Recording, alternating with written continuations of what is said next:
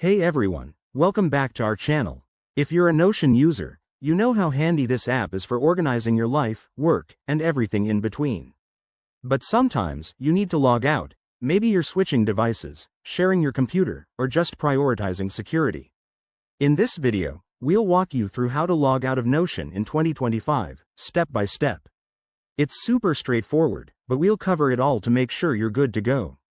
First things first, open up the Notion app on your device or head to the Notion website in your browser.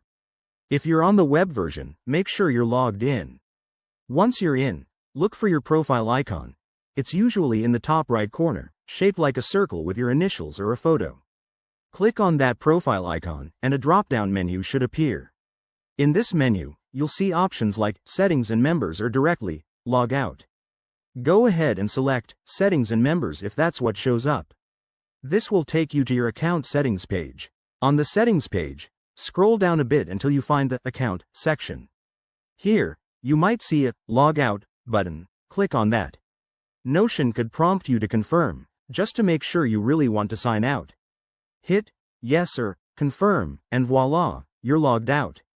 If you're using the mobile app, the process is similar. Tap on your profile icon in the bottom right corner, then look for the settings gear icon. From there, find the Log Out option and confirm. It's that easy. One quick tip. Always log out on shared devices to protect your data, especially with Notion's integration of AI features in 2025.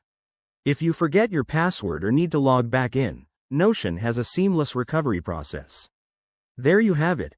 Logging out of Notion doesn't have to be a hassle. If this helped, give this video a thumbs up. Subscribe for more tech tips, and drop a comment if you have questions. Thanks for watching, and I'll see you in the next one.